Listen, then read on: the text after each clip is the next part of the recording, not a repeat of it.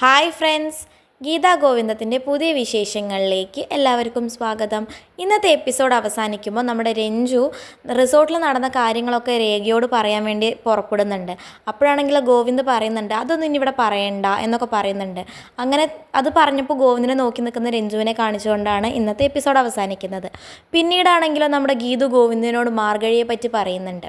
ഇനി ഇങ്ങനെയൊക്കെ ചെയ്യുന്നത് എൻ്റെ വല്ല കൂടപ്പറപ്പും ആയിരിക്കുമോ, അതാണോ ഞങ്ങളെ രണ്ടുപേരെ ഒരേ സ്ഥലത്ത് കാണുന്നുണ്ട് എന്നൊക്കെ പറയുന്നത് എല്ലാവരും.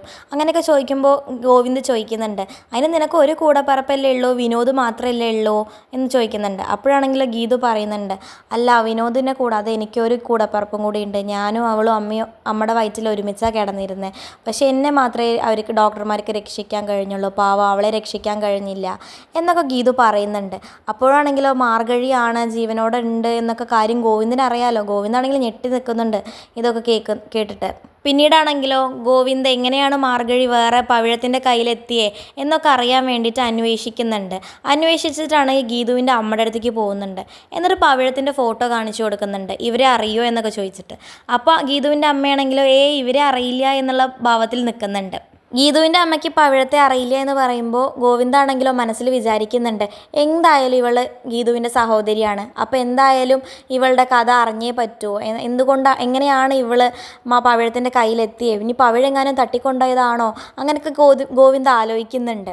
ഗോവിന്ദ് വിചാരിക്കുന്നുണ്ട് എന്തായാലും ഇനി ഇത് കണ്ടുപിടിച്ചേ പറ്റൂ എന്നൊക്കെ പറയുന്നുണ്ട്. അത് കഴിഞ്ഞിട്ടാണെങ്കിലോ നമ്മുടെ രഞ്ജു അനാർക്കലി റെസ്റ്റോറൻറ്റ് വെച്ച് കാണുന്നുണ്ട്. ഗീതു ഒപ്പമുണ്ട്. റെസ്റ്റോറൻറ്റിൽ വെച്ച് കാണുമ്പോൾ രഞ്ജു അനാർക്കലിയും തമ്മിൽ വാക്കുതർക്കങ്ങൾ ഉണ്ടാവുന്നുണ്ട്. അപ്പോൾ വാക്കുതർക്കത്തിൻ്റെ ഇടയിൽ അനാർക്കലി ചോദിക്കുന്നുണ്ട്, നിൻ്റെ അമ്മയുടെ പ്രായമല്ലേ എനിക്കുള്ളൂ എന്നൊക്കെ ചോദിക്കുന്നുണ്ട്. അതിൽ രഞ്ജു പറയുന്നുണ്ട്, നിങ്ങളെ അമ്മയെ കാണേണ്ടി വന്നു കഴിഞ്ഞാൽ അന്ന് ഞാൻ സ്യൂസൈഡ് ചെയ്യും എന്ന് പറയുന്നുണ്ട്. ഇത് കേട്ടിട്ടാണെങ്കിലോ ഗീതു ഞെട്ടി നിൽക്കുന്നുണ്ട്. അങ്ങനെ ഞെട്ടി നിൽക്കുന്ന ഗീതുവിനെ കാണിച്ചുകൊണ്ടാണ് ഇന്നത്തെ പ്രൊമോ അവസാനിക്കുന്നത്. നമുക്ക് വരും എപ്പിസോഡുകളിൽ കണ്ടറിഞ്ഞ് കാണാം മാർഗഴി എങ്ങനെയാണ് പവിഴത്തിൻ്റെ കയ്യിലെത്തിയെന്നൊക്കെ ഗോവിന്ദിന് കണ്ടുപിടിക്കാൻ പറ്റുമോ ഇല്ലയോ എന്നൊക്കെ നമുക്ക് വരും എപ്പിസോഡുകളിൽ കണ്ടറിഞ്ഞ് കാണാം. ഇതുപോലുള്ള ഗീതാ ഗോവിന്ദ വിശേഷങ്ങൾ പെട്ടെന്ന് അറിയാൻ വേണ്ടി ചാനൽ സബ്സ്ക്രൈബ് ചെയ്യാൻ മറക്കരുത്.